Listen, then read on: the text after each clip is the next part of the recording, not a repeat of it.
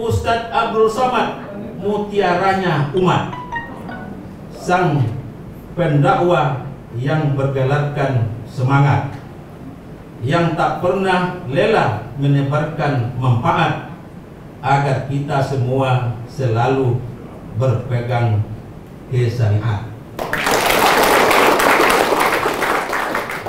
Mantap kan? Saya dulu yang bikin. Alhamdulillah, terima kasih. Bila taufiq wal hidayah. Wassalamualaikum warahmatullahi wabarakatuh. Bismillahirrahmanirrahim. Assalamualaikum warahmatullahi wabarakatuh.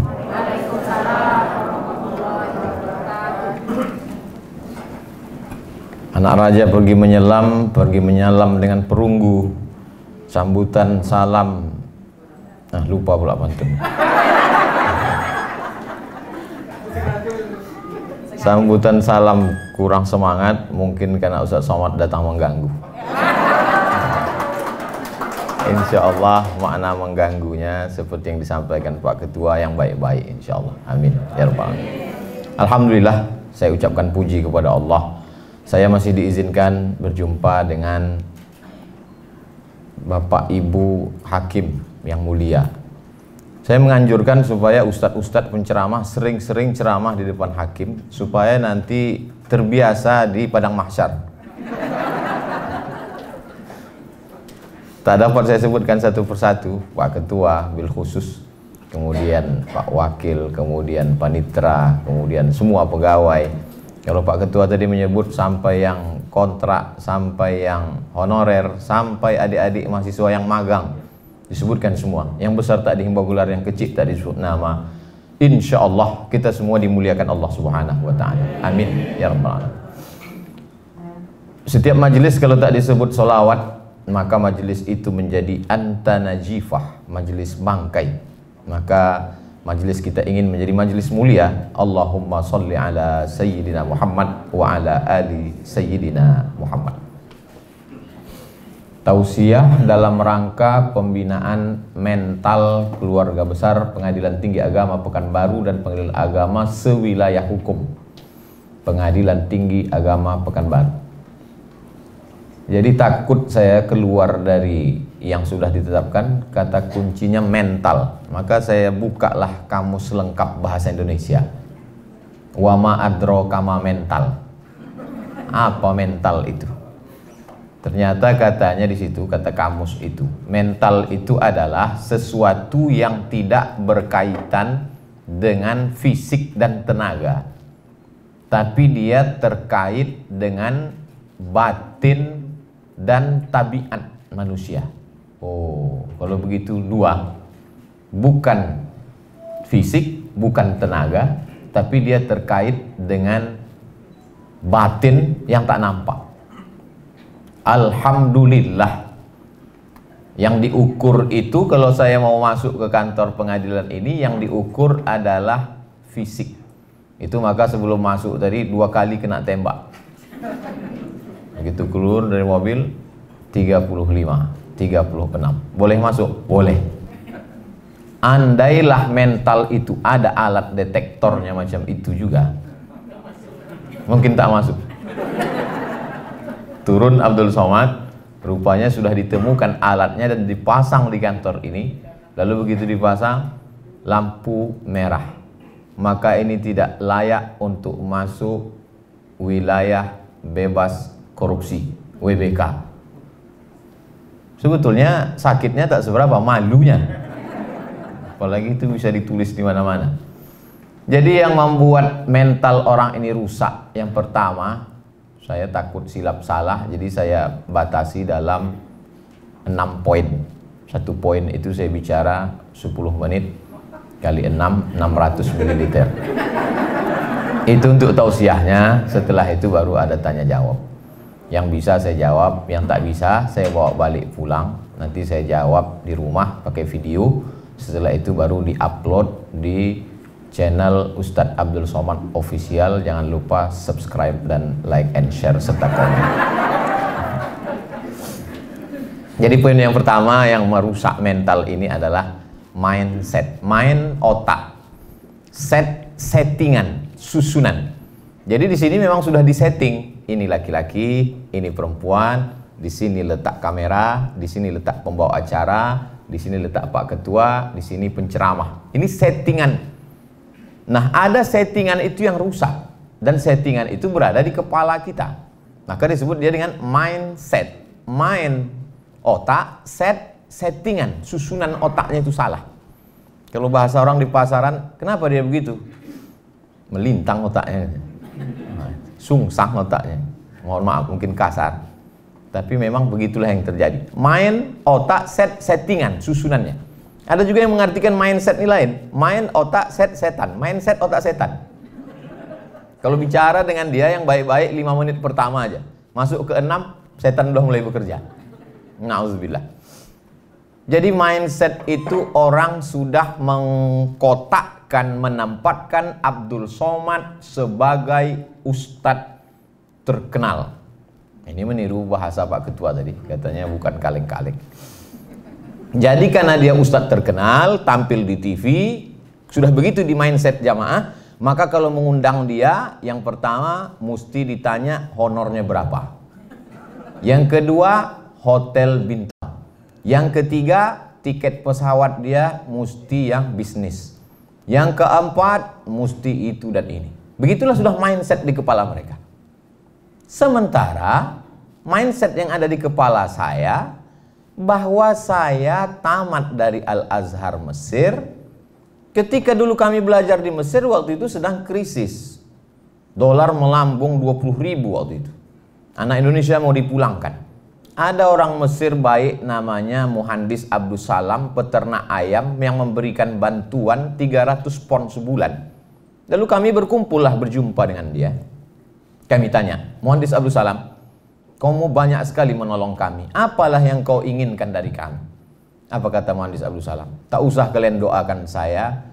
Pulang kalian ke Indonesia, sebarkan Islam ini.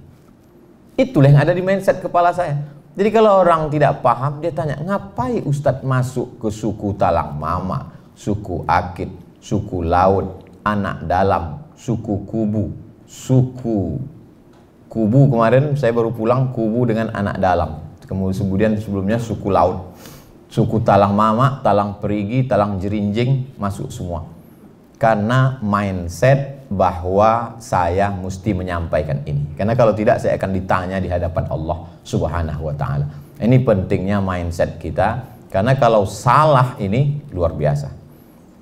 Sebagai ustadz, kalau saya posisikan diri saya mesti dilayani orang. Nanti kalau lambat menjemput, marah. Kalau tidak dikasih tiket bisnis, marah. Kalau tidak nanti diletakkan di hotel bintang 5, marah. Karena sudah menempatkan diri. Kalau bahasa orang Melayu, itu mempertinggi tempat jatuh. Jadi ustadz bagaimana membentuk dalam kepala ustadz? Ini tak bisa, karena tak ada alat scan-nya. Maka saya ceritakan. Saya memposisikan diri sebagai pelayan agama. Pelayan Tuhan. Menyebarkan agama Allah. Makanya saya pergi kemana-mana, tak pernah saya tanya itu. Beberapa panitia menanya, ini nanti pesawatnya apa, tiketnya bagaimana. Saya bilang, saya kalau ada mobil kalian menjemput di Pekanbaru, saya datang. Datang tak dijemput, balik tak diantar. Tapi saya bukan jelangkung. Jadi begitulah menurut saya pentingnya mindset ini. Karena kalau sudah kita posisikan diri kita salah berpikir akan membuat salah bicara. Salah bicara akan membuat salah bertindak. Itu sudah sepaket yang 3 itu. Kenapa dia salah bertindak? Karena salah bicara. Kenapa salah bicara? Karena salah berpikir. Kalau Bapak Ibu memposisikan diri mesti dilayani orang, sulit. Tapi kalau sampai pada level sudah kami ini lulus sebagai PNS untuk melayani, maka saya yakin dan percaya predikat tertinggi WBBM itu secepatnya diperoleh insya Allah. Karena ujungnya melayani. Melayani. WBBM itu ujungnya melayani. Untuk saat ini M-nya itu baru sebatas merah aja dulu. Dasi merah dan jilbab merah. Tapi lama-lama nanti insya Allah sampai pada melayani umat. Ambil contoh simpel tentang lulus menjadi pegawai negeri sipil.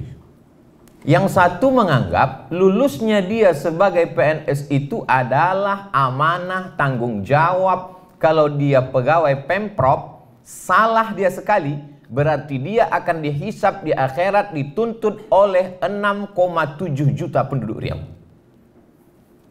Kalau dia pegawai Kota Pekanbaru, salah dia, berarti amal dia akan diambil, dihisap, dihitung oleh penduduk Pekanbaru 1,2 juta orang. Itu kalau pikiran dia sebagai pelayan. Tapi kalau dia menganggap lulus ini adalah sebagai hadiah, maka setelah hadiah inilah kesempatan untuk mengambil keuntungan, maka sesungguhnya sudah salah berpikir. Efek dari salah berpikir akan salah bicara, efek dari salah berpikir akan salah bertindak. Jadi memang mindset ini betul-betul diluruskan, dan itulah yang selalu diulang-ulang dalam khutbah Jumat, dalam tausiah, bahwa kita ini adalah hamba Allah, bukan hamba harta, bukan hamba kuasa, bukan hamba apa-apa, tapi kita memang betul-betul memposisikan diri ini adalah sebagai amanah yang diberikan Allah Subhanahu wa Ta'ala. Kalau ada dua anak lajang mau meminang anak gadis, cantik jelita, rupawan, bangsawan, berdarah biru, ketika fit and proper test ditanya, kamu bisnis Pak, kamu PNS, kira-kira ibu sebagai ibu yang melahirkan anak gadis tadi milih PNS atau yang tak PNS? Diam tuh dalam hadisnya as-sukutu alamatur ridho, diam tanda setuju.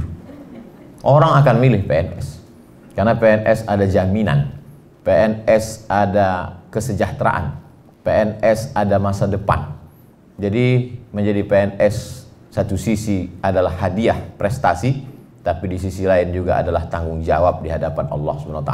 Saya yakin dan percaya Pengadilan Tinggi Agama Pekanbaru mendapatkan wilayah bebas korupsi itu adalah karena mindsetnya yang sudah lurus tadi, insya Allah. Amin. Tapi lurus pagi bisa bengkok siang. Itulah makanya kita selalu diajarkan untuk istiqomah, karena godaannya yang luar biasa. Itu poin yang pertama. Berarti sudah habis 10 menit. Sekarang masuk poin yang kedua.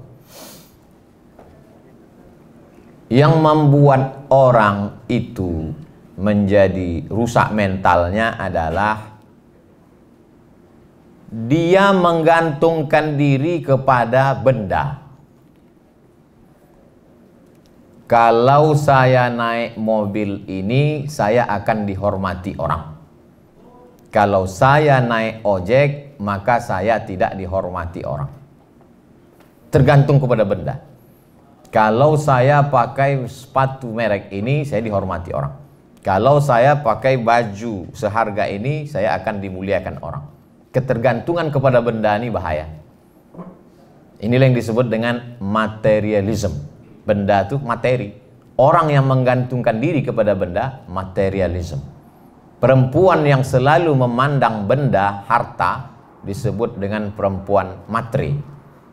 Karena yang dilihatnya benda saja. Hari ini yang terjadi Bapak Ibu. Cobalah lihat orang akan melihat dia naik apa. Termasuk kalau kita bertamu ke rumah orang. Kalau kita naik sedan mahal, keluar cappuccino. Tapi kalau naik ojek, air putih. Saya alhamdulillah ke Pengadilan Tinggi ini teh manis. Nah, itu berarti agak tinggi sedikit. Itu standar manusia itu memang melihat benda tadi. Maka banyak orang sekarang tergantung kepada benda. Merek handphonenya, segala macam. Ustaz Somad ngomong aja ceramah, jangan tergantung kepada benda. Tapi handphone dia mahal juga. Handphone saya apa adanya, udah retak pun ujung-ujungnya. Jadi jangan pernah menggantungkan kepada benda, karena efeknya itu akan luar biasa sekali. Ada pemegang kunci Baitul Maqdis Palestina, dipegang oleh orang Yahudi. Dia mau menyerahkan kunci Palestina ini kepada khalifah. Waktu itu khalifahnya Umar bin Khattab. aku mau menyerahkan kunci Baitul Maqdis nih. Tapi dengan syarat Umar bin Khattab itu mesti datang mengambil kemari. Ya, kata umat Islam, Umar akan datang ke Palestina dari kota Al-Madinah Al-Munawwarah.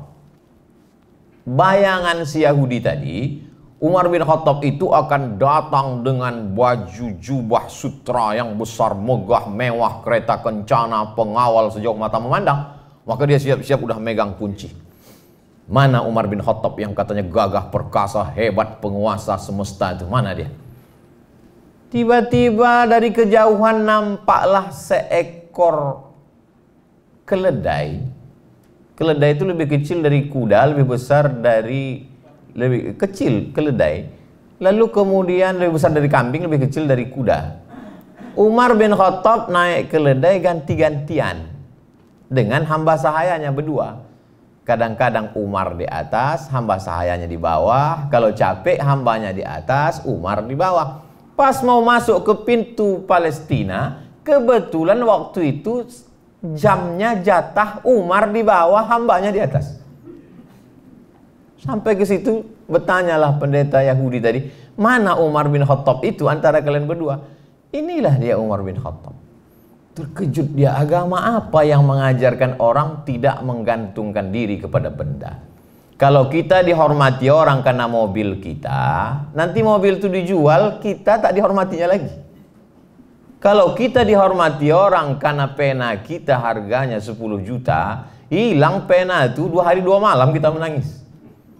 Kalau kita dimuliakan orang karena benda jam tangan kita, ketika jam itu tak lagi melekat, inilah yang membuat orang banyak kena penyakit PPS, Post Power Syndrome. Dulu ketika benda itu masih melekat di tangan, dimuliakan orang, disanjung orang. Tapi ketika tidak, Ustadz sendiri bagaimana mengantisipasi diri Ustadz supaya tidak terikat dengan benda-benda itu? Yang pertama, bahwa kita mesti sadar lahir ke dunia ini tidak membawa benda. Saya mohon maaf tidak mau mendikte Bapak Ibu, hanya sekedar bertanya, yang lahir bawa jam dinding ada? Akhrajakum min butuni ummahatikum la ta'lamuna syai'a. Kau keluar dari perut ibumu, kau tak bawa apa-apa, kau tak punya apa-apa. Allah tak mengatakan la tahmiluna syai'a, tapi Allah mengatakan la ta'lamuna syai'a. Kau tak tahu apa-apa. Jangankan benda, pengetahuan yang di dalam pun tak ada di bawah. Jangankan pengetahuan tentang hukum pernikahan, kompilasi hukum Islam Indonesia, nama pun tak tahu. Saya ini Abdul Somad kan karena dikasih. Yang lahir sudah bawa plakat nama. Tak ada. Nama kita pun dikasih orang. Betapa sombongnya kita dengan benda-benda yang melekat pada diri kita hari ini. Tapi Ustaz Somad kami tengok pakai baju mahal, dikasih orang. Pergi ke Yogyakarta, singgah ke toko batik kami, Pak Ustaz, boleh kata saya. Pakai Pak Ustaz, pakai. Setelah dipakai di fotonya, rupanya untuk baliho.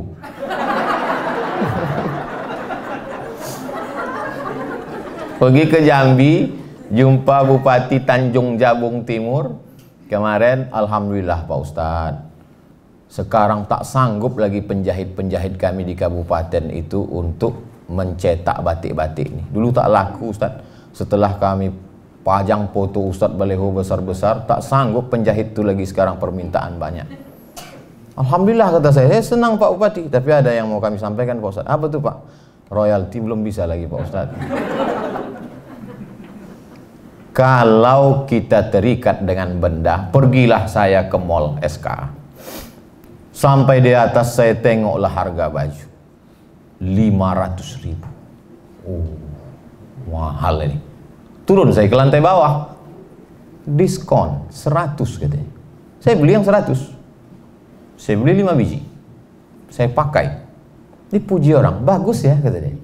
Di situ saya paham bahwa bukan bajunya, tapi yang memakainya.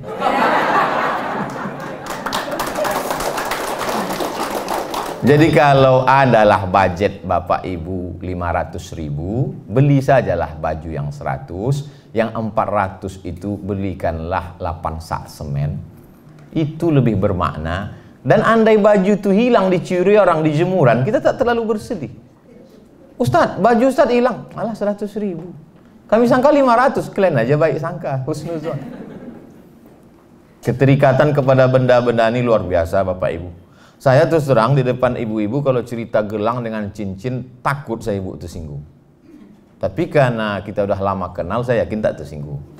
Saya udah bolak-balik ke kantor nih. Adalah jamaah kita, kata dia gini, Ustadz, kakak kami itu waktu meninggal, cincin, gelang, subang, rantai, antingnya 1 cuci tangan. Kenapa? Karena dia menggantungkan dirinya pada benda. Kalau benda itu dia pakai, PD-nya naik. Kalau benda itu dia pakai, pergi dia undangan, mendongak dia. Tapi kalau benda itu tak ada, dia macam anak ayam kena minyak lampu. Kalau pernah Bapak Ibu menengok anak ayam. Lalu saya tanya, kemana? Mana sekarang ibu tuh? Meninggal Pak Ustaz. Allah maafirlah warhamha wa'afiha wa'afanha. Di manalah gelang, cincin, rantainya itu sekarang? Habis dibawa lakinya Pak Ustaz.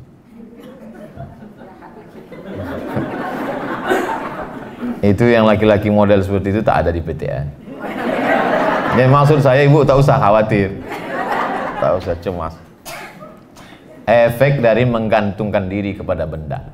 Tapi Ustadz kami tengok pakai benda juga. Peci Ustadz lain dari yang lain, dikasih orang. Tulisannya apa bacaannya itu Pak Ustadz? Sebelah kanan Muslim United, sebelah kiri sedulur saklawasi, sedulur saudara, saklawasi selamanya.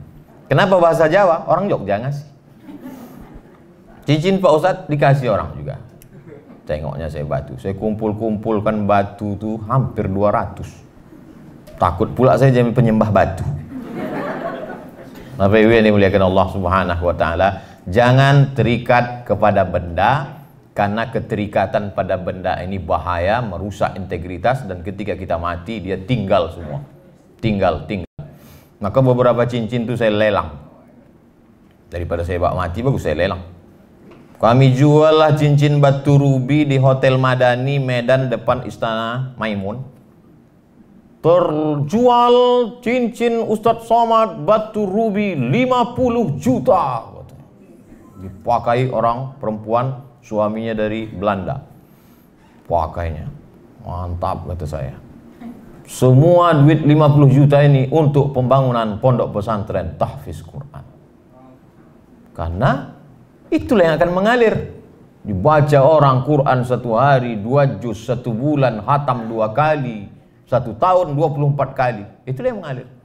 Adapun kita pakai dia ke mana-mana, maka sesungguhnya keterikatan pada benda ini amat sangat merusak. Dari mulai harga baju, jam tangan, cincin, gelang, rantai, peci, mobil, dan lain sebagainya. Habis 20 menit. Yang ketiga, kita kalau ceramah di WBK itu memang mesti detail, karena tak boleh ada korupsi sedikit pun, termasuk korupsi waktu. Wah, itu luar biasa. Poin yang ketiga adalah jangan sampai cinta habis untuk makhluk Allah. Kalau sampai bapak menghabiskan cinta bapak untuk ibu, tiba-tiba ibu itu berpindah ke lain hati, gelap dunia ini Pak. Begitu juga sebaliknya, ibu jangan terlalu habiskan cinta ibu ke bapak. Karena kalau sampai nanti bapak ini direbut pelakor, wah ini judul ceramah Ustadz ini provokasi ini, merusak ini. Makanya dalam hadis dikatakan Habib habibaka haunamma asa ayyakuna baghidaka yaumamma. Benci dan cinta tempatnya sama-sama dalam hati. Maka berapa banyak orang pagi benci, petang sayang, petang benci, malam cinta, dan lain sebagainya. Maka habiskanlah cinta itu untuk yang bermanfaat buat Allah. Kenapa ibu cinta ke bapak? Karena dengan cinta ke bapak bermanfaat. Innama huwa jannatuki wa naruki. Nabi itu yang mengatakan, bukan Abdul Somad. Bu, kata Allah, innama huwa, bapak itu, jannatuki, bisa jadi surgamu, wa naruki, dia bisa jadi neraka. Jadi ibu cinta ke bapak, kenapa? Karena Allah. Cinta ibu sama bapak. So sweet Pak Ustaz. Apa dasarnya? Karena dialah surgaku, karena dialah nerakaku. Ibu bisa masuk neraka gara-gara bapak. Ibu juga bisa masuk surga gara-gara bapak. Jadi cintanya kenapa? Karena Allah. Pagi ini saya diminta untuk menasehati seorang ibu yang kehilangan anak sedang lucu-lucunya hafal Quran 5 juz umur 6 tahun. Apa pukulan tak berat itu? Diminta saya menasehati ibu itu sementara anak saya seumur itu juga. Saya khawatirnya kita nasehati orang, besok anak kita meninggal. Kadang ustaz-ustaz cash and carry ujian itu datang. Maka saya nasihati, ibu sayang kepada dia, tapi ada yang lebih sayang daripada ibu. Allah lebih sayang. Ibu sayang kepada dia, tapi sayang ibu hanya di depan mata. Ketika dia pergi sayang ibu. Allah tak pernah luput kasih sayangnya dengan dia. Allah sudah menuliskan bahwa dia meninggal khamsin alfasanah qabla an yakhluqas samawati wal ardh. Sebelum Allah menciptakan langit dan bumi 50.000 tahun sebelumnya, hadis sahih Muslim, Allah sudah menetapkan bahwa dia meninggal. Ibu sabar, maka ada amal yang lebih besar daripada jihad mati fisabilillah. Ada amal yang lebih hebat daripada membangun masjid. Ada amal yang lebih dahsyat daripada tawaf, sa'i dan umrah. Amal ini tidak perlu keluar duit, tak perlu keluar keringat, tak perlu keluar tenaga. Diam saja. Apa nama amalnya? Sabar. Makanya banyak juga bapak yang memakai ini. Mama, mau masuk surga? Mau pak? Sabar menghadapi papa. Ada amal yang luar biasa, tidak keluar duit, tak keluar darah, tak keluar tenaga, tak keluar keringat, hanya duduk saja. Sabar menerima ketetapan Allah Subhanahu wa ta'ala. Jadi memang cinta kepada anak itu yang membuat orang rusak integritas. Anak mau handphone baru, harganya 25 juta, gaji 5 juta. Istri pergi undangan, pulang dari undangan mata berkunang-kunang, gelap-gelap pandangan. Makan kambing tadi tidak, sop kambing tidak, gulai kambing tidak. Kenapa begini? Nampak tadi di tempat undangan tuh orang gelangnya besar betul. Cinta kepada istri membuat orang korupsi. Cinta kepada anak membuat orang rusak integritas. Terlalu sayang kepada suami, suami minta itu, minta ini, ibu juga mesti memberikan. Kau kan sudah kerja, aku yang mengizinkan kau kerja. Maka gajimu kalau kau mau masuk surga cepat kasihlah ke abang, beserta semua surat-surat tanahmu. Inilah semua salah satu efek dari kalau cinta kita habiskan. Orang jatuh cinta ini bisa gila pak. Laki-laki yang gila nih. Namanya Qais. Perempuan yang digila-gilakannya itu namanya Laila. Mohon maaf kalau ada Bu Laila. Maka disebut dia dengan Laila Majnun. Padahal yang gila itu Qais. Tak disebut Qais Majnun. Laila Majnun. Artinya tergila-gila kepada Laila. Sampai akhirnya datanglah orang bertanya kepada dia. Adunya turidu alaila turidu amid dunya wa ma fi tawayaha. Hai Qais, ya. Kalau kau disuruh pilih dua, mana yang kau pilih? Laila atau dunia beserta isinya? Ada dua pilihan ini. Ada dunia, ada Laila. Mana yang kau pilih? Dijawablah Qais. Lahubaru ni'aliha ahabbu ilayya wa ashfa li balwaha, kata Qais. Debu yang menempel di selop sandal Laila lebih kucinta daripada dunia beserta isinya. Ini bisa bapak pakai untuk ibu nanti. Bang, mana yang abang pilih antara dunia atau adinda? Kata bapak, debu yang menempel di sandalmu lebih menyembuhkan luka hatiku daripada dunia beserta isinya. Apa kata ibu itu menjawab? Itu kan ceramah Ustaz Somad. Dia tak tahu habis paket ibu itu gara Ustaz. Bapak ibu yang dimuliakan Allah Subhanahu wa ta'ala. Jadi kalau cinta kepada Laila sampai bisa membuat gila, itulah yang membuat orang gila jabatan, gila cari duit, gila habis semuanya hanya untuk cinta kepada manusia, kepada anak, kepada makhluk, kepada yang lain-lain. Mau berangkat haji 20 tahun. Kalau mau berangkat cepat ONH plus. ONH plus paling murah 100 juta. Yang mau dibangkatkan ini orang tua. Karena cinta kepada orang tua, orang bisa masuk neraka. Makanya disebut berbuat baiklah kamu wa anfiqu min thayyibat, yang baik-baik saja. Berapa banyak orang di Indonesia untuk menyenangkan hati orang tuanya dia korupsi. Ya Allah, aku tahu korupsi ini haram, tapi untuk menghajikan emakku ya Allah.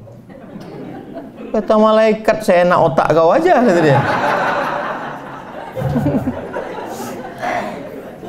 Makanya dalam hadis itu udah dikunci, innallaha thayyibun, Allah tuh maha suci, la yaqbalu illa thayyiban. Dia tidak menerima kecuali yang suci-suci saja. Yang tak suci tak diterima Allah. Kau sedang apa tuh? Mencuci. Mencuci itu baik, tapi ternyata airnya air kencing. Mana bisa mencuci pakai air kencing? Mencuci mesti pakai air mutlak, air suci, tahir. Berwuduk dengan air tahir mutahhir, suci dan mensucikan. Kalau tidak, maka tak diterima. Saya mohon maaf juga kepada Bu Suci kalau ada yang menonton. Habis 30 menit. Poin yang keempat. Poin yang keempat, kalau kita mau jaga integritas ini adalah bahwa semua yang kita makan itu akan menjadi darah daging. Gaji, pendapatan. Ustaz Somad, yang kami keluarkan zakat ini apakah gaji saja Pak Ustadz? Semua saya bilang. SPPD, uang sifat, uang tunjang, uang sundul, uang tanduk. Total semua dapat 10 juta, 2,5%, 250 juta. 1 juta 25 ribu, 1 juta 25 ribu, 10 juta 250 ribu. Dapat 100 juta, 2,5 juta. Dapat 1 miliar, 25 juta. Semangkok nasi lemak. Saya tak setuju kalau nasi lemak Pak Ustaz. Oke, ketupek gulai paku. Tak usah kita permasalahkan masalah ini. Lalu kemudian semangkok bakso dibeli dari duit haram, disuap dengan doa Allahumma barik lana fima razaqtana wa qina azabannar. Berubah dia ayyuma lahmin, setiap daging di badan, nabata min haramin, dia tumbuh dari yang haram, fannaru aulabih, tempatnya api neraka. Turun Abdul Somad dari Masjid An-Nur, tegak di bawah, di atas timbangan. Timbangan duduk. Jamaah-jamaah silakan naik. Wah, tentu Ustadz duluan. Ustadz tuh selalu terdepan. Pas giliran undangan makan, Ustadz dulu. Pas timbangan, Ustadz dulu. Begitu juga waktu saya masuk ke rumah sakit umum Arifin Ahmad. Masuk ke ruang ICU. Saya dulu dipakaikan mereka baju. Masuk. Bapak tak masuk, kami di luar aja Pak Ustaz. Begitu saya keluar, saya tanya, kenapa saya aja masuk? Disitulah penyakit menular tuh Pak Ustaz. Sampai hati jamaah. Naiklah saya ke atas timbangan tadi. Rupanya di atas timbangan tuh ada 10 knot. Diletakkan kaki jari-jari ini, langsung keluar ada datanya. Kolesterol, gula darah, canggih timbangan ini. Bisa dibacanya tapak kaki kita. Lama saya temenung Bu, Pak. Terpikir saya, andai nanti di akhirat ada juga timbangan model macam itu naik, setelah itu keluar tulisan print outnya. Abdul Somad, berat kau 50 kilo, yang halal 10 saja. Padahal selama ini doa kita, Rabbana atina fid dunya hasanah wa fil akhirati hasanah wa qina azabannar. Saya kadang cerita tentang neraka ini banyak orang tersinggung. Alah, cerita-cerita neraka macam dia dijamin tak masuk neraka aja. Kita kan berharap. Tapi saya yakin di PTA ini tak ada tersinggung, karena di sini memang sudah wilayah bebas korupsi. Cuman masalahnya acara ini kan ditonton webinar seluruh Indonesia. Di daerah-daerah kalian yang di luar sana belum jamin ini. Kalau kita raba pipi kita tak sakit, berarti tak ada jerawatnya. Yang sakit itu cuman yang punya jerawat dan yang berbisul aja. Jadi kalau ada orang balik dia ke rumah, aku tersinggung dengan ceramah Ustaz tadi. Berarti kau berjerawat bisul. Yang dibahasnya 4 tuh aja. Selingkuh, narkoba, korupsi, emosi. Apa tim 4 itu ada pada dirimu? Kalau tak ada, tak akan tersinggung kita. Itu maka ibu-ibu di PTA Pekanbaru ini senyum-senyum aja. Kenapa? Mereka bersih. Tak ada itu dalam diri dia. Yang tak senyum saya tak tahu, orang pakai masker. Apa yang dimuliakan Allah Subhanahu wa taala. Jadi selalulah itu kita pikirkan bahwa ini duit haram. Ceramahlah saya. Pas ceramah, Ustadz ini ungkapan terima kasih kata dia. Ya kata saya. Biasa orang-orang kasihnya koper, begitu dibuka ditengok isinya kapal selam dari Palembang, tempe kapal selam. Buka mata minum cukup. Saya tengok, paling-paling ini kerupuk, kadang kerupuk. Tapi sekali ini lain. Saya buka, saya tengok, duit. Berdebar saya. Mau diambil. Tak masuk akal, masa ceramah 1 jam duitnya sebanyak itu. Mau tak diambil, mubazir.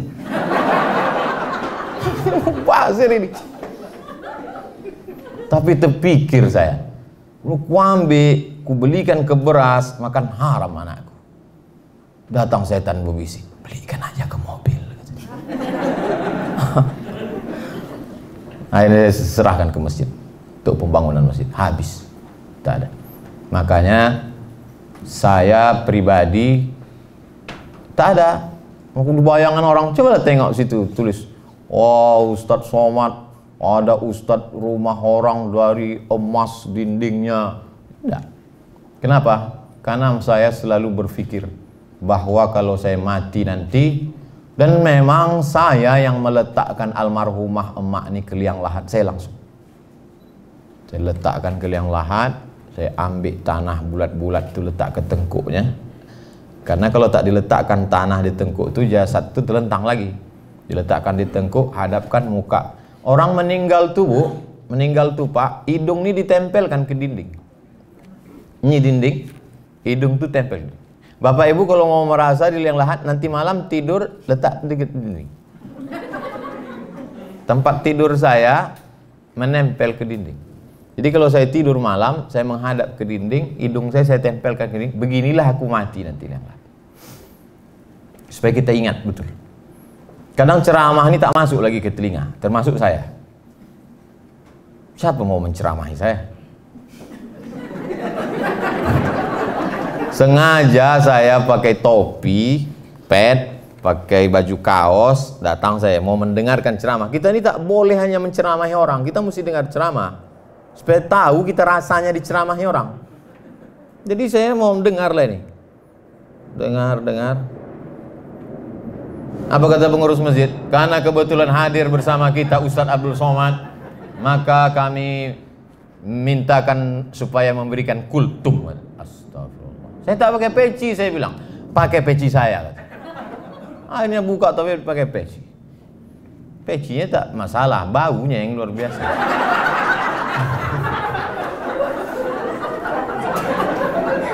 Jadi saya, yang menasehati saya itu adalah, nah itulah. Makanya saya usahakan dalam sebulan itu paling tidak sekali mengantar jenazah ke kubur. Karena itu lagi yang bisa menasehati. Orang di rumah makan tuh Bu, Pak, banyak yang tak selera makan. Kenapa? Itu tiap hari dia tengok. Tanyalah orang rumah makan. Begitu juga dengan desainer-desainer pakaian, pemakeup artis-artis tuh, yang tiap hari jumpa perempuan. Banyak yang tak berselera lagi menengok perempuan. Iya. Begitu juga bahayanya orang yang berkecimpung di dunia agama ini. Sehingga nasihat itu bagi dia cuek aja, tak masuk lagi. Termasuklah orang di pengadilan tinggi agama. Tapi yang belum dapat WBK. Kalau udah dapat itu udah luar biasa. Saya kalau yang live langsung di sini ini tak perlu saya khawatirkan. Yang khawatirkan yang webinar nih lah. Bapak Ibu yang dimuliakan Allah Subhanahu wa taala. Jadi memang selalulah kita pikirkan makanan kita ini.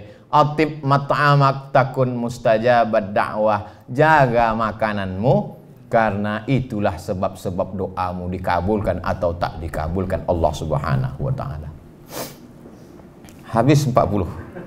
Masuk 50. Apa yang Ustaz tengok dari tadi? Jam. Jam. Kalau untuk bahan ceramah, insya Allah saya tak ada tulisan lagi. Itu aja udah tiap hari saya ceramah. Masuk yang kelima, poin kelima. Nasiyatin kadhibatin khati'ah. Nasiyatin ubun-ubun, kadhibatin pembohong, khati'ah pelaku dosa. Padahal yang berdosa itu kan tangan.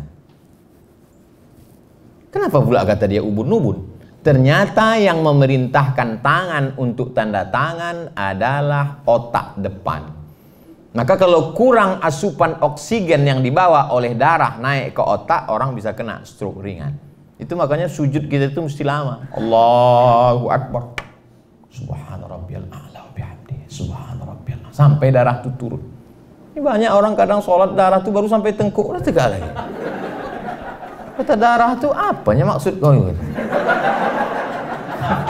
Serius tak sembahyang nih?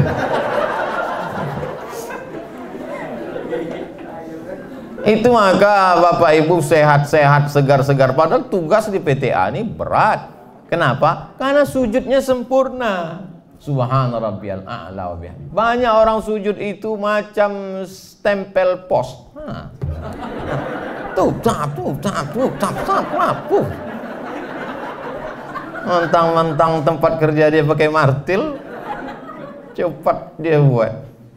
Ini berpengaruh luar biasa darah ini. Nausiyatin ubun-ubun, kazibatin pembohong, khotiatin pelaku dosa. Padahal yang melakukan dosa kaki, padahal yang melakukan dosa tangan, padahal yang melakukan dosa mata, padahal yang melakukan dosa telinga, yang melakukan dosa maaf kemaluan. Tapi kenapa dikatakan ubun-ubun? Karena semua perintah itu datang dari ubun-ubun.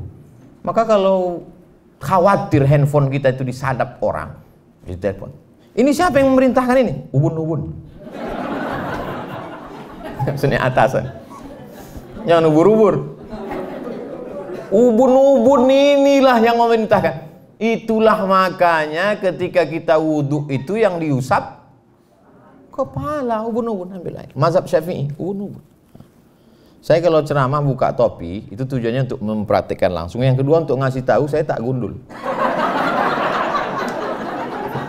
Yang gundul jangan tersinggung. Tak ada niat mau menyindir. Jadi itulah makanya kepala itu diusap. Dan ternyata kata pakar otak, saya pernah didudukkan satu majelis dengan pakar otak. Kalau saya pakar di bidang otak-otak. Pakar otak didudukkan sama saya membahas ayatnya, dia membahas otak. Kata dia, otak kita nih Pak Ustadz, itu di-scan satu hari 5 kali. Ada alat scannernya. Subhanallah, Masya Allah. Sama macam ajaran Islam. Satu hari kita men-scan kepala 5 kali. Subuh, zuhur, asar, maghrib, isya. Itu yang jamaah webinar. Adapun di PTA, tahajudnya, duha. Itu maka mereka mendapatkan kedudukan yang mulia, yang terhormat, yang luar biasa. Jadi setiap saya mengatakan itu bisa jadi doa, belum terwujud. Jadi kalau saya berdoa untuk saudara saya, dikirim Allah malaikat. Apa kata malaikat? Amin, kabulkan doa orang ini, walaka misluh, maka kau dapat sama seperti yang kau doakan. Lalu apa bentuk efeknya terhadap makanan tadi Pak Ustadz? Apa pula yang merubah integritas kita? Maka sesungguhnya segala yang kita makan mempengaruhi cara berpikir otak kita. Jangan heran kalau ada ketemu orang isi otaknya kotor terus. Gara-gara makanannya kotor, berefek ke kepala. Makanya saya kalau diajak orang makan, itu saya tengok-tengok dulu orangnya. Saya tengok. Ustaz, makan kita. Aduh, saya sibuk betul. Saya tak mau saya. Kenapa? Saya tahu ini paling-paling nasi kotak. Ceramahlah saya di bank konvensional. Saya kalau diundang ceramah konvensional, saya tetap datang. Tapi makanan, duit yang dikasih tak. Kasihlah kue kotak. Saya sedang puasa sunat. Balik dari ceramah, pas di bawah flyover azan maghrib. Allahu Akbar, Allahu Akbar. Begitu saya buka, oh lemper. Mau dilewatkan Allah mau barik lana, datang bisikan malaikat, haram Abdul Somad. Apa kata setan? Halalkan dengan bismillah. Setan ini pandai. Saya tahan sampai jam ceramah maghrib di Sakuntala. Ceramah maghrib Sakuntala, bla bla bla bla, buka puasa pakai air putih, Allahumma barik lana fima razaqtana wa qina azabannar sampai Isya. Habis Isya tanya jawab, panjang pula tanya jawab lagi daripada pengajian. Habis itu pulang. Nanti enak nih makan kerang rebus di jalan Nangka. Sampai sudah turun mau ini, nampak saya lah orang, maaf, buta jual kuaci. Saya tanya, mau kemana? Mau pulang Pak, kata dia. Di mana tempatnya? Jalan Paus. Udah malam, udah jam habis Isya pengajian jam 9. Jalan kaki ke Paus, paling tidak dia jalan 30 menit lagi. Saya tunda makan, saya bawa dia. Ayolah, saya antar ke Paus. Saya antar ke Paus, saya kasihkanlah kue kotak tadi. Ternyata jatah dia lah itu. Berarti Ustaz kasih dia makan haram? Enggak. Karena itu untuk kepentingan umum, orang susah. Adapun untuk kita mengambil manfaat di situ maka tak boleh. Makanya kalau ada duit-duit haram, serahkanlah ke masalih ammah yang dinikmati. Jadi maksud Ustaz boleh kami ambil uang haram? Mana tahu dah tak tertolak lagi. Ada kadang-kadang kondisi kita begitu. Bisa kan? Udah kita tolak juga. Ini saya takut merusak WBK ini, kata dia. Sekali-sekali tak apa. Tak ada yang tahu. Udah payah aja, ambil lah. Ambil tapi berikan untuk masalih ammah. Untuk buat WC, fakir miskin, anak yatim, duafa. Saya bersama kawan-kawan membuat yayasan. 35 orang. Kawan saya waktu sama-sama di IAIN, saya pernah di IAIN Pak, tahun 96. Kawan-kawan saya di Al-Azhar, 35 orang kami buat yayasan. Datanglah satu waktu rapat. Ustaz Abdul Somad, ya, saya kurang setuju kalau yayasan ini terlalu besar sampai 35. Bagaimana orang kalau berat, gemuk, payah berlari, kita sulit untuk buat keputusan. Saya bilang, justru yayasan itu kalau terlalu kurus, dilarikan yayasan ini nanti. Biarlah gemuk kita musyawarah, biarlah berat yang penting kita bersama. Akhirnya kumpul. Bulan 12 kemarin kami menyalurkan santunan beras 26 ton keliling Pekanbaru. Termasuk pondok pesantren di Siak ada yang dapat 600 kilo. Pondok pesantren, anak yatim, duafa di tepi sungai Siak, tiap bulan kami salurkan.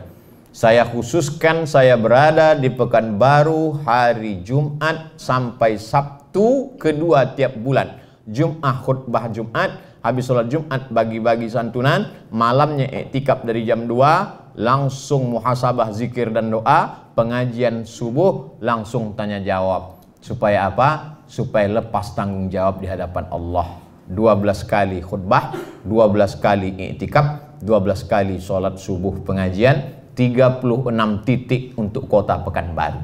Jadi tak ada alasan orang mengatakan apa itu Abdul Somad, Ustadz terbang hinggap, lebih banyak terbang daripada hinggap. 36 titik untuk tahun 2021 dari Januari sampai Desember, itu untuk kepentingan bersama. Jadi kalau ada nanti ada komen-komen di Instagram, di YouTube, Ustadz Abdul Somad kok nggak ada pengajian di Pekanbaru, kau tak datang. Bapak Ibu yang dimuliakan Allah Subhanahu wa taala, itu menjaga bagaimana jangan sampai nasiyatin kadzibatin khati'ah. Yang terakhir, yang keenam. Saya yakin ceramah saya ini ditonton oleh seluruh yang mulia, yang hakim-hakim. Mudah-mudahan ada satu di antara yang 6 ini dimasukkan ke tes CPNS. Mengapa yang ditanya ubun-ubun? Kata dia. Yang terakhir adalah kita bisa menjaga integritas kita kalau ada orang lain yang membantu kita. Tak bisa sendiri. Makanya Nabi Muhammad SAW itu ada yang tua Abu Bakar, ada yang muda Umar, ada yang remaja Ali, ada yang orang kaya Utsman, ada yang perempuan Asma, membawakan makanan ke atas ketika mau hijrah. Mesti ada orang lain. Rabbi shrah li sadri, lapangkan dadaku, wa yassir li amri, mudahkan urusanku, wahlul 'uqdatam min lisani, lancarkan bicaraku, lidahku supaya jangan patah-patah, supaya aku ngomong itu sampai ke hati orang. Waj'al li waziran min ahli, kasih aku penolong. Nabi Musa ini, Nabi Musa aja minta penolong, mesti ada kawan menolong. Kasih aku penolong. Siapa itu? Haruna akhi, Harun saudaraku, kata Nabi Musa.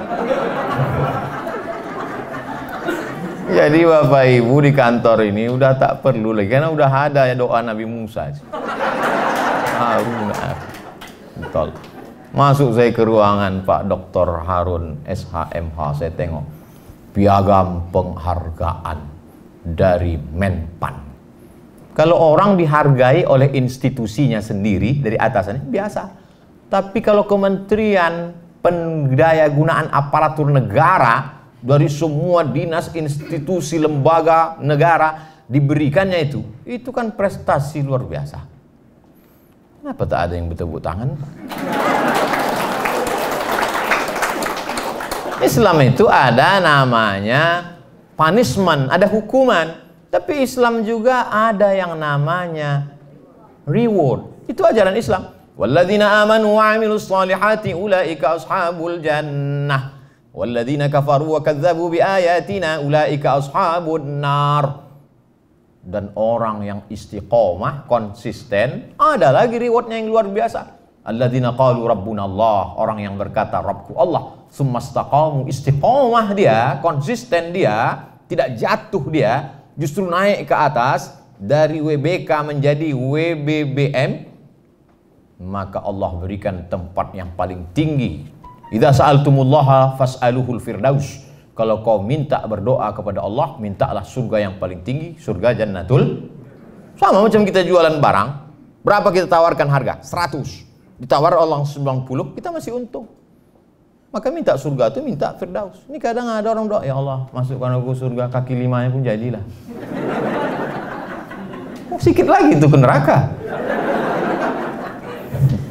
Kita minta yang tertinggi itu, tapi syaratnya tentu istiqomah. Dan kita bisa istiqomah kalau berjamaah. Itu 3 itu mesti sepaket.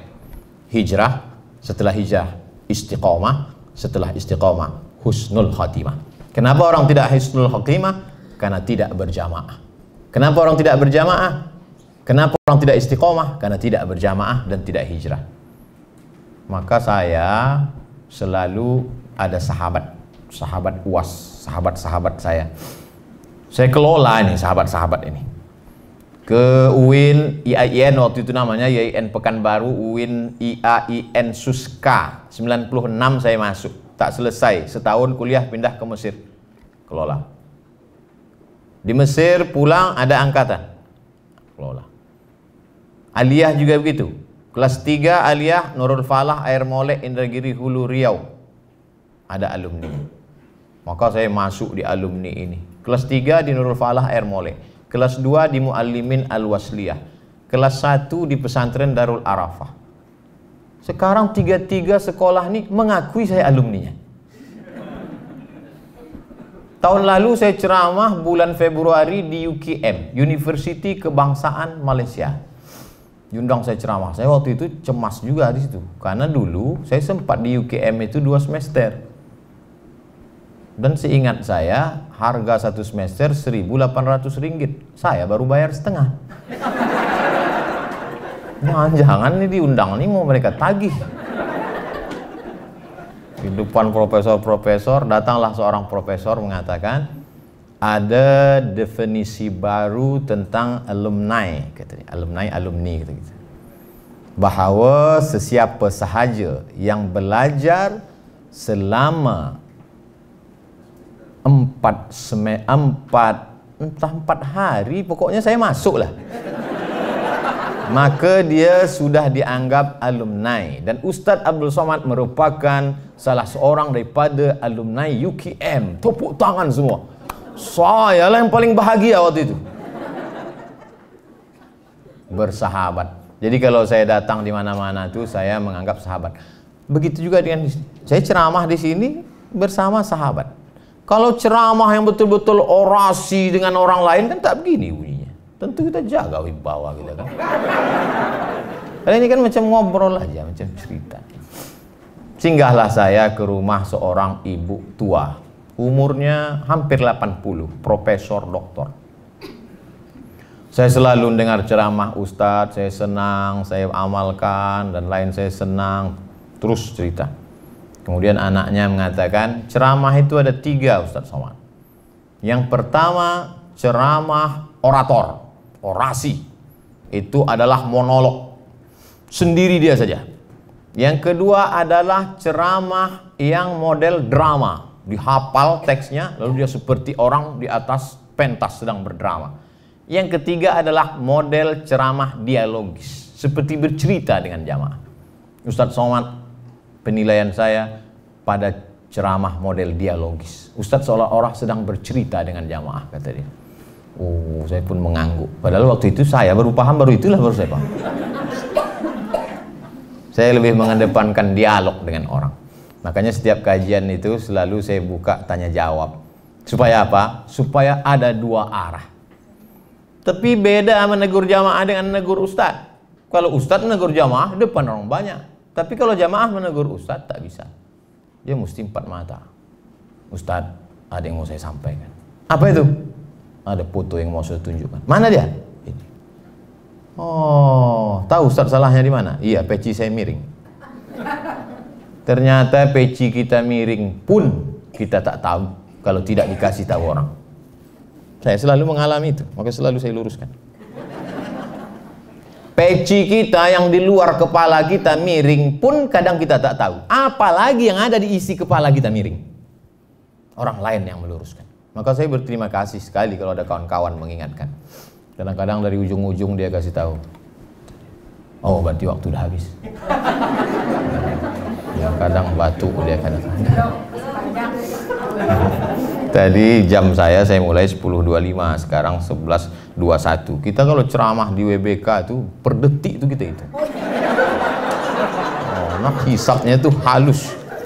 Maka saya tadi sampai kemari jam 9:30. Acara jam 10:30 sudah datang. Saya dulu waktu baru pulang, Bu, Pak, pulang dari Mesir. Dulu kami ketika belajar di Maroko, tempat saya belajar namanya Darul Hadis. Itu kalau kita jalan di belakang dosen, duluan dosen itu masuk kelas, dikuncinya. Yang di belakang dia tak boleh masuk. Maka begitu pulang saya jadi dosen di UIN, saya terapkan itu. Masuk saya kunci. Saya aja sendiri di dalam.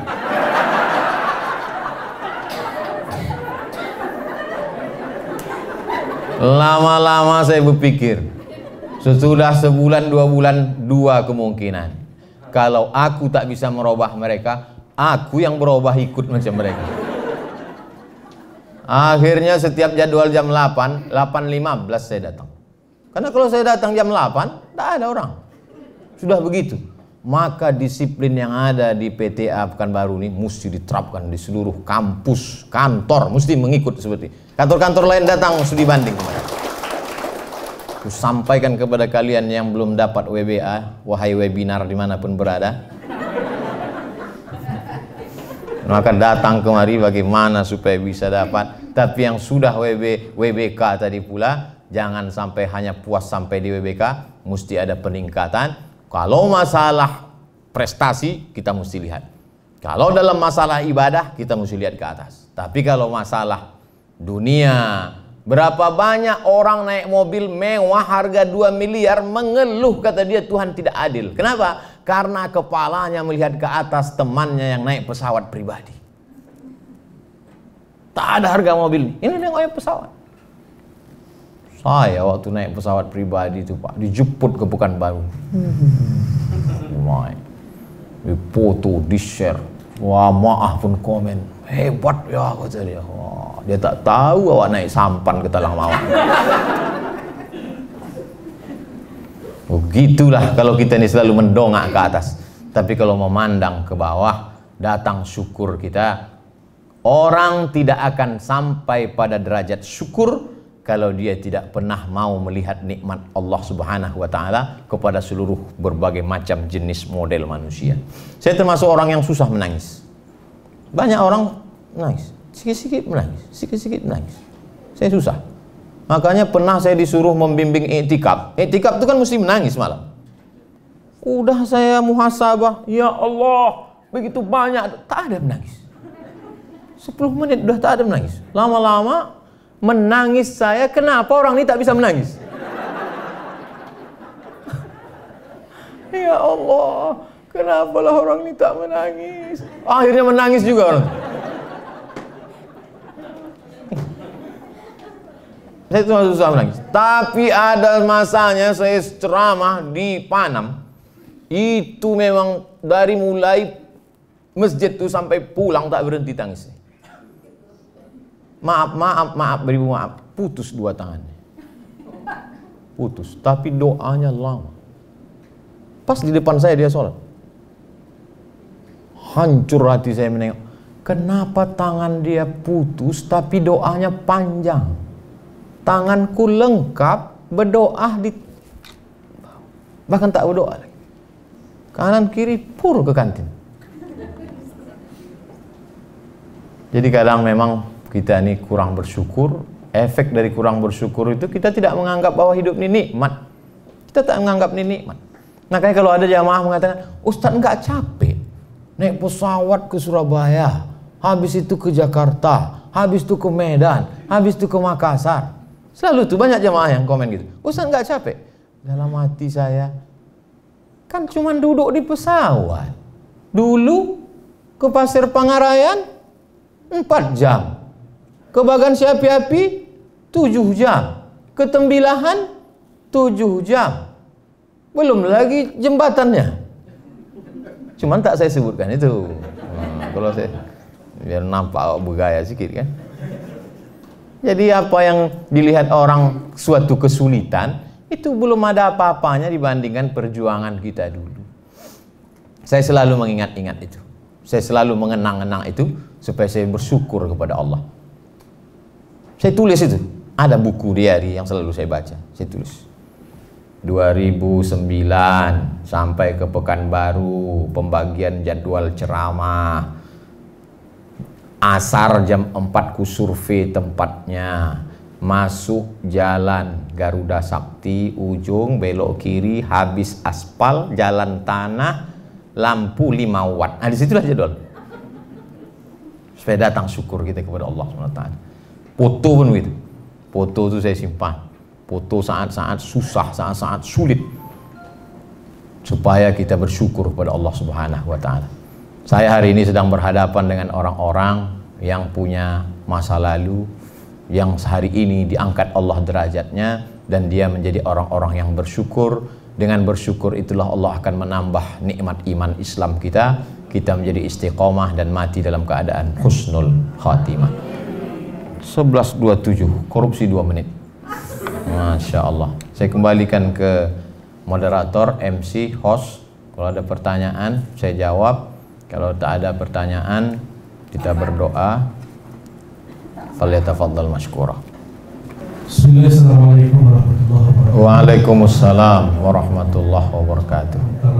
Bersama waktu dan sahabat sekalian yang saya cintai, suatu anugerah yang luar biasa ini dapat pertemuan langsung dengan Pak Ustaz Somad. Saya tidak spesifik menanyakan materi menentu, insya Allah akan kita coba pedomani dalam perjalanan ke depan. Sedang dalam konteks yang makro nih Pak, di dunia dakwah, betapa banyak mubalik-mubalik kita berguguran dalam tanda kutip oleh kena pola-pola dakwah yang terlalu frontal. Di sinilah letak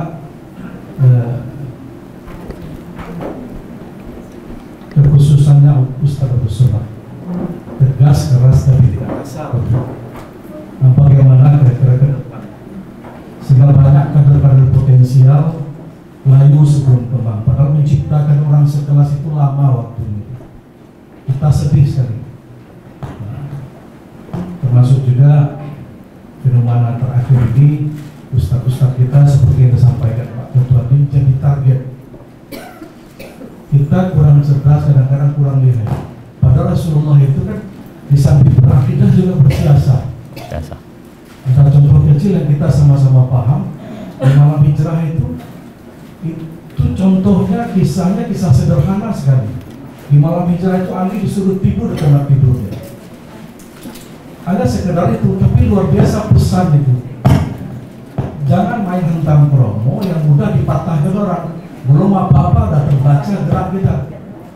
Orang lain apa yang tidak direncanakan untuk menghancurkan Islam, tapi tak terdeteksi oleh kita. Ini perlu juga.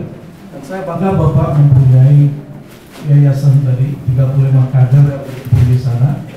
Mudah-mudahan Bapak bagilah tipsnya bagaimana dakwah kita ke depan lebih nyaman, aman, bersahabat, humanis, tapi tegas dan keras, tidak kasar gitu. Tapi kalau kita dipancing oleh orang lalu kita terjebak, ada di kitab Nizami aja yang dipasang orang kita terjebak. Kasihan kadar-kadar terbaik, padahal itu mahal sekali. Aset-aset kita berada di balik tali besi. Saya tidak menyalahkan siapa-siapa, tapi ceramah Ustaz sangat bijak dan menjadi konsumsi kami keluarga besar. Benar yang disampaikan oleh Pak Ketua tadi. Kami butuh, karena di sini juga banyak dai ini. Jangan terjebak dengan pancingan orang, lalu kadang-kadang layu sebelum rumah. Terima kasih Ustaz, cuma itu dan kami doakan warga PTA dan seluruh jajarannya. Mudah-mudahan Pak Ustaz Abdus Somad segera melaksanakan sunnah Rasul berikutnya. Kalau perlu saya Pak Naskah, Hakim Tinggi Pengadilan Tinggi Agama. Kalau kita dari Papua, saya dari Papua ada jumpa juga. Alhamdulillah. Assalamualaikum warahmatullahi wabarakatuh. Saya sudah mempersiapkan jawaban untuk yang pertama tadi, tapi karena penutupnya itu hilang hilang bahan tuh jadinya. Daripada ayah namun di sini juga ada. Masya Allah, doa orang-orang soleh dikabulkan Allah SWT. Kita ketika sedang berada di alam medsos itu, kita keluar dari alam nyata. Bapak Ibu mau tak mau, suka tak suka, coba rasakan dengan perasaan ketika masuk ke dalam alam Instagram, komen di YouTube, di Facebook, itu seolah-olah kita sedang berada di dalam alam yang tersendiri. Tapi ketika handphone kita matikan, kita kembali ke alam sadar kita. Jadi banyak kita yang terpicu, terpukau, tersihir dengan medsos, lalu kemudian keluarlah sumpah serapah antah berantahnya, dan jejak digital amat sangat kejam. Memang saya selamat itu karena pertolongan Allah, karena doa-doa orang-orang soleh, doa-doa termasuk Bapak Ibu, pemimpin-pemimpin yang adil. Tapi juga tidak terlepas dari ikhtiar kita sebagai Ahlus Sunnah wal Jamaah. Di antaranya saya tidak pernah menyebut nama, tidak pernah menyebut partai, hanya menyebut sifat, hanya menyebut tabiat. Itu maka sulit orang untuk tapi saya tak mau takbur, bisa jadi nanti keceplosan terlepas pula kan. Tapi salah satu usaha. Jadi insya Allah dai-dai muda kita ada di IKMI itu Pak, IKMI Pekanbaru 600 ustadznya. MDI 1000. Jadi MDI dan Indonesia sudah 1600. Belum lagi IKADI, kemudian Muhammadiyah, Nahdlatul Ulama, belum lagi ustadz yang tidak terikat dengan organisasi. Maka bisa jadi ustadz di Pekanbaru 3000 ustadz dengan jumlah penduduk kota Pekanbaru 1.200.000. Jadi perlu memang pelatihan-pelatihan supaya selamat dari jeratan hukum, selamat dari UU ITE, selamat dari macam-macam.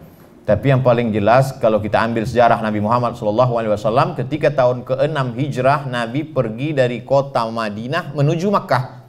Waktu itu Abu Jahal, Abu Lahab masih berkuasa, Abu Sufyan. Lalu kemudian ketika Nabi akan masuk, mereka tidak kasih masuk. Berhentilah mereka di sebuah tempat namanya Hudaybiyah, 22 km dari pusat kota Makkah. Dibuatlah sebuah perjanjian tahun ke-6 yang dikenal dengan Sulhul Hudaybiyah, perjanjian Hudaybiyah. Lalu kemudian di situ ada tanda tangan Muhammad Rasulullah. Apa kata orang kafir musyrik? Kalau engkau Rasulullah, tak mungkin kami melawan engkau. Lalu kata Nabi kepada Ali, hai Ali, buang Rasulullah itu, ganti dengan Abdullah. Muhammad anak Abdullah, Muhammad adalah hamba Allah. Artinya apa? Ada strategi yang dijalankan oleh Nabi SAW. Tidak hantam kromo, bantai saja. Apa kata pesan Syekh Muhammad Al-Ghazali? Jangan memandang musuh dengan mata yang rabun. Sekarang banyak pejuang-pejuang matanya rabun. Kalau engkau melihat singa menampakkan giginya, jangan kau sangka dia sedang tersenyum. Itu bukan hadis, dapat saya di grup WhatsApp. Jadi memang mesti berhati-hati, antisipasi, mesti ada mengingat nasihat orang. Dan saya kalau ketemu dengan ulama, dengan kiai, dengan tuan guru, apa masukan-masukan untuk saya? Ada kawan-kawan ceramah di advokat, pengacara, apa ya, mereka sampaikan semua. Tapi balik lagi kepada kalau kita sudah berusaha optimal, terjadi juga qadar Allah. Tapi kalau kita tidak ada usaha, maka sesungguhnya itu adalah hukum sebab dan akibat. Jadi pertanyaan Bapak sekaligus juga sebagai pengingat-pengingat untuk saya, supaya kita menjalani ini. Intinya hidup ini tidak pernah ada selesai as-sira' bainal haqqi wal batil, antara hak dan batil. Itu sudah sunnatullah. Ada Kabil, ada Habil, ada Musa, ada Fir'aun, ada Ibrahim, ada Namrus, ada Nabi Muhammad SAW, ada Abu Jahal, Abu Lahab. Bapak Ibu, kalau kebetulan ada teman yang kira-kira selalu mengganggu, katakan begitu. Aku sabar menghadapi engkau, karena memang sudah begitu dari dulu. Ada Kabil, ada Habil, ada Musa, ada Fir'aun, ada Namrus, ada Ibrahim, ada Nabi, ada Abu Lahab, ada aku, dan ada kau. Terima kasih, jazakumullah khairan. Ada lagi? Saudara? Ceramah lanjut. Terus ceramah kata Masya Allah, tabarak. Ada. Dari nama aja. Dari mananya? Bismillahirrahmanirrahim. Assalamualaikum warahmatullahi wabarakatuh. Waalaikumsalam warahmatullahi wabarakatuh. Terima kasih Pak Ustaz atas apa yang sudah disampaikan. Saya satu, ada tadi tentang kita tidak boleh terikat dengan benda, termasuk dengan pakaian, termasuk dengan semuanya. Tapi saya ada menghafal, tapi ini saya kurang hafal apakah hadis atau maaf. Iya.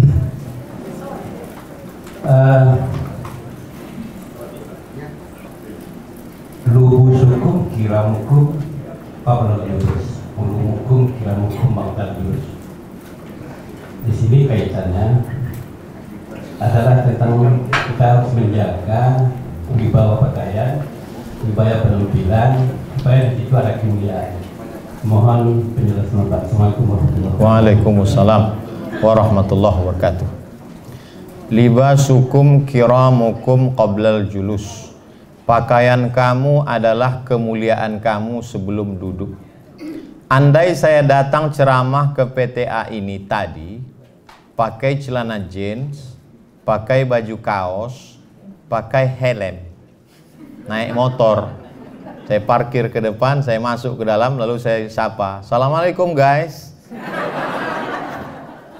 Kira-kira menurut fikih salahkah itu?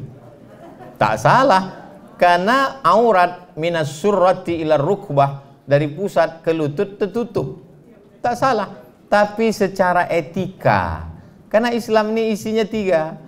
Yang pertama akidah, yang kedua fikih, hukum halal haram, yang ketiga adalah akhlak.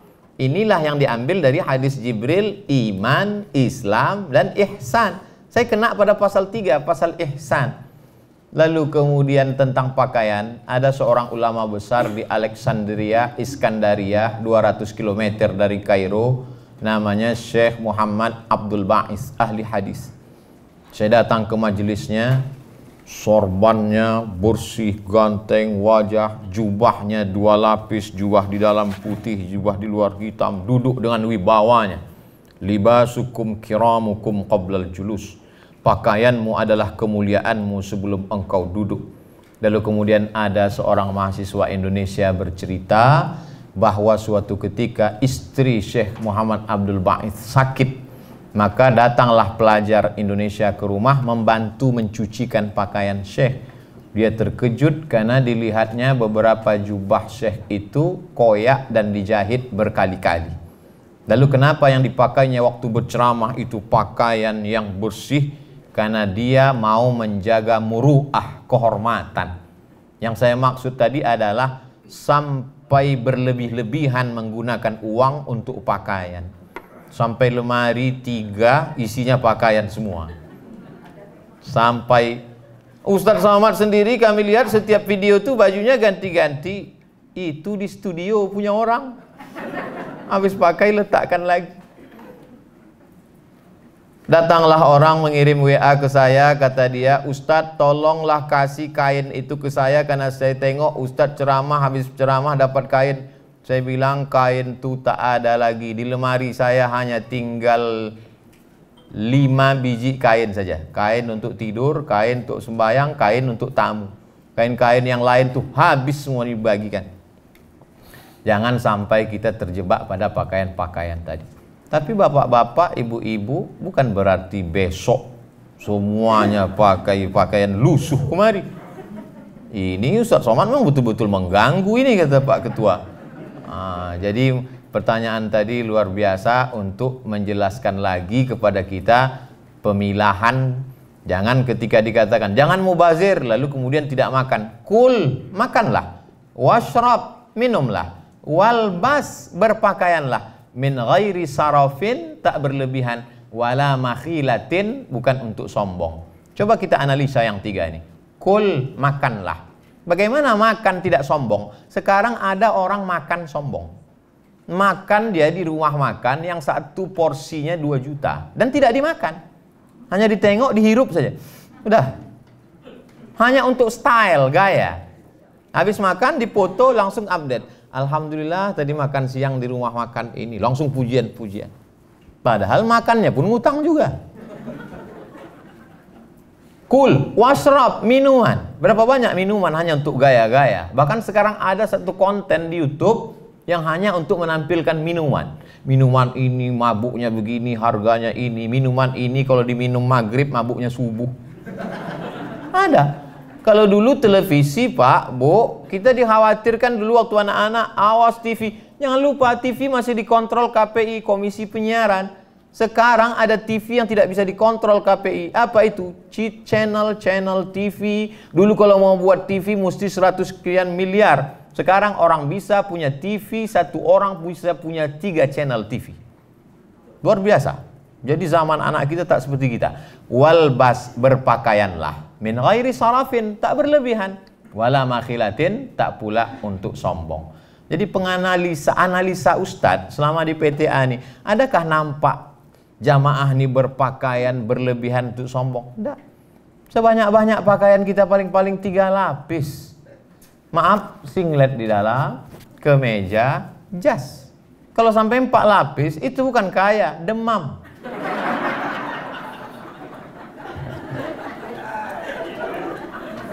Ketika Bapak berpakaian bersih, rapi, maka sesungguhnya Bapak bukan sedang menjaga diri Bapak, tapi Bapak sedang menjaga korps, menjaga PTA, menjaga wibawa.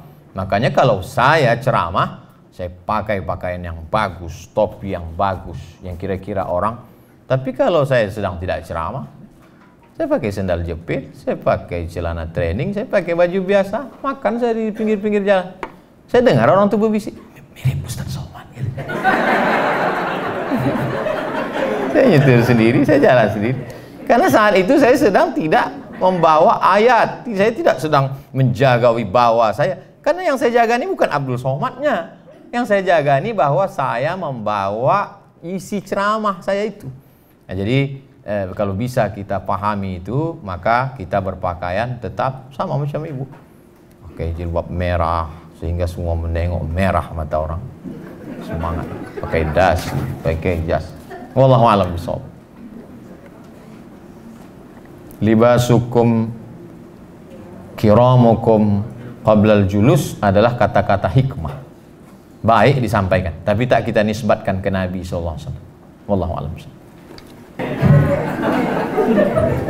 Ini Pak Ustadz yang saya tanyakan, sebagai seorang istri yang bekerja setiap hari, apakah wajib mencium tangan suami setiap pergi kerja?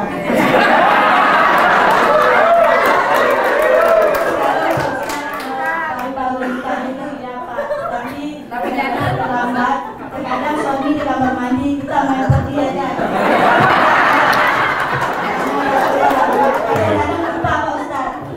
Masya Allah. Betul. Berapa lama saya tidak pernah cium tangan tersebut?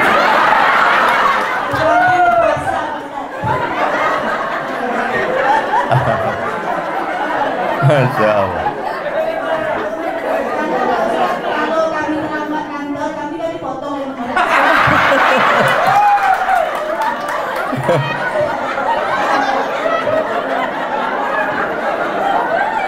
Masya Allah.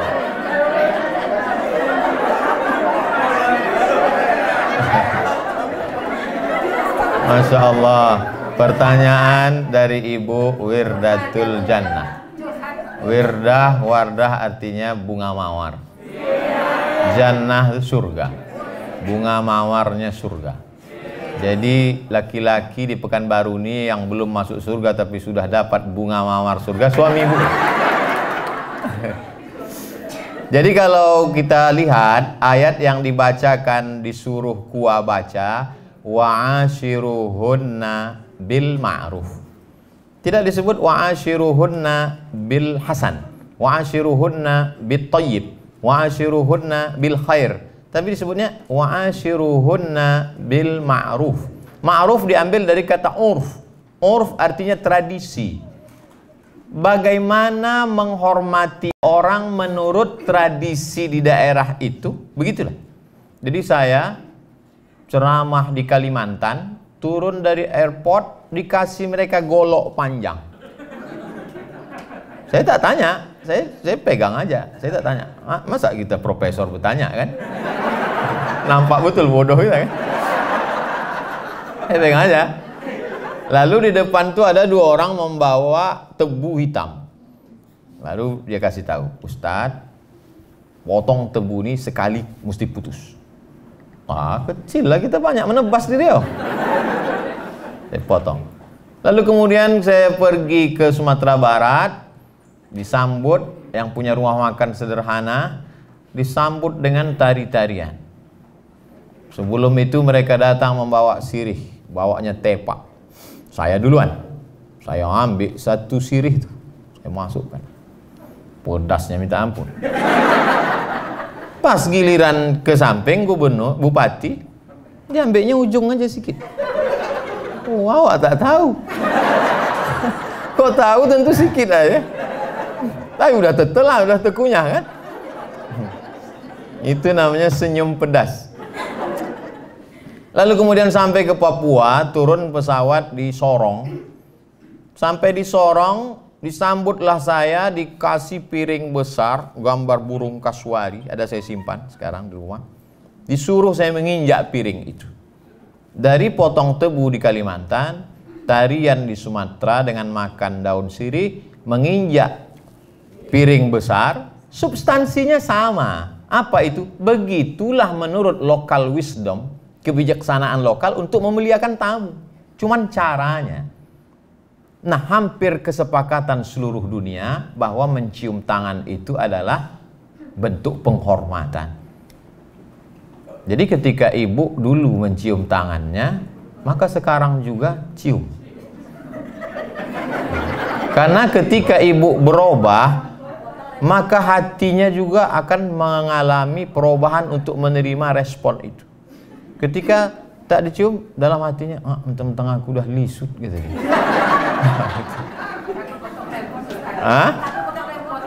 Kan cium tangan tak mesti udah mandi. Walaupun abang tuh belum mandi, cium aja lah tangan dia. Bang, aku belum berangkat dulu. Ini tentang masalah cium tangan.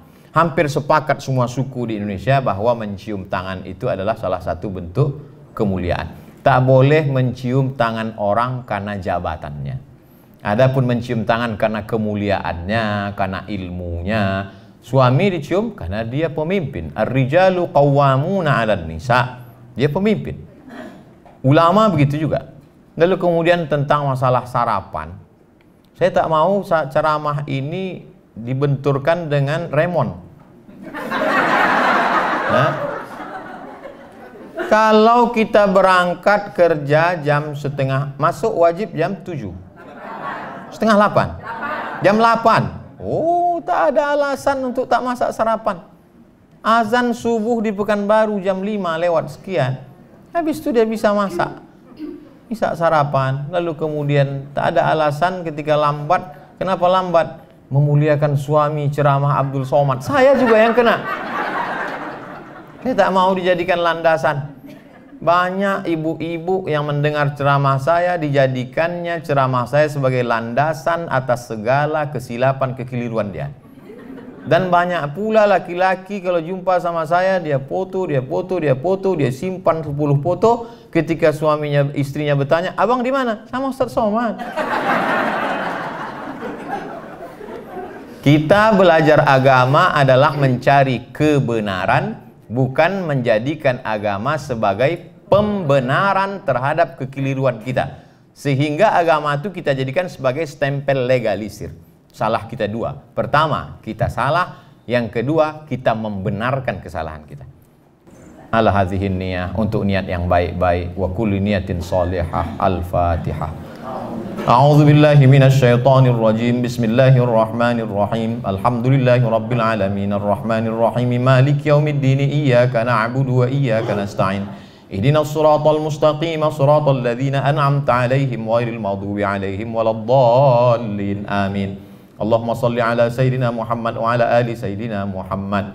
Allahumma inna natawassalu ilaika bisirril Fatihah. Kami mohon kepada Engkau ya Allah dengan kemuliaan surat Al-Fatihah, dengan kemuliaan Nabi Muhammad SAW, antaqdi hajatina, tunaikan segala hajat-hajat kami ya Allah. Wa tuzassir umurana, mudahkan segala urusan kami ya Allah. Umurad dunya wal akhirah, urusan dunia maupun urusan akhirat. Allah mahfazna an kulli su' wa syar, jaga diri kami, hati kami, pikiran kami dari segala perbuatan maksiat. Ya muqallibal qulub, Engkau yang membolak-balikkan hati. Sabbit qulubana, kokohkan hati kami ala dinik, dalam agamamu, wa ala ta'atik, dalam ketaatan kepadamu. Allahumma dzakkirna minhu ma nasina, ketika hati kami lalai, maka ingatkanlah dengan menzikir, mengingatmu ya Allah. Rabbana hablana minas salihin, jadikan anak kami anak-anak yang soleh dan solehah. Wahfazhum min kulli su' wa syar, jaga anak-anak kami dari segala perbuatan maksiat. Allahumma ja'al hadzal balada baladan aminan mutmainnan ya'tihi rizquhu min kulli makan. Jadikan negara kesatuan Republik Indonesia negeri yang aman, damai, terbuka pintu rezeki dari segala penjuru. Allahumma dafa'anil ghala wal waba wal fahsya wal riba wal zina wal munkar. Selamatkan negeri ini dari malapetaka, bencana, riba, zina, narkoba, bil khusus wabah COVID-19 ini ya Allah. Pemimpin-pemimpin kami, tawil umurahum, berkahi usianya, sahih ajsadahum, sehatkan badannya, wafiqhum lima tuhibbuhu wa tardah, tanamkan dalam hati mereka ridhamu, sehingga mereka beramal hanya mencari ridhamu semata ya Allah. Allahumma akrimna wa la tuhinna, muliakan kami dengan iman dan Islam, jangan hinakan kami dengan kekafiran dan kemunafikan. Rabbana taqabbal minna innaka antas samiul alim. Terima amal kami hari ini sehingga dapat kami bawa sebagai bekal menghadapmu nanti ya Allah. Allahumma khtim lana bi husnil khatimah wa la takhtim alaina bi su'il khatimah. Allahumma ja'al akhira kalamina inda intihai ajalina. Akhir kalam kami ketika ajal kami sampai, jadikanlah yang terakhir kami ucapkan la ilaha illallah Muhammadur Rasulullah sallallahu alaihi wasallam. Rabbana atina fid dunya hasanah wa fil akhirati hasanah wa qina adzabannar. Wa sallallahu ala sayyidina wa maulana wa syafi'ina wa dzukhrina Muhammad wa ala alihi wa sahbihi wasallam. Walhamdulillahi rabbil alamin.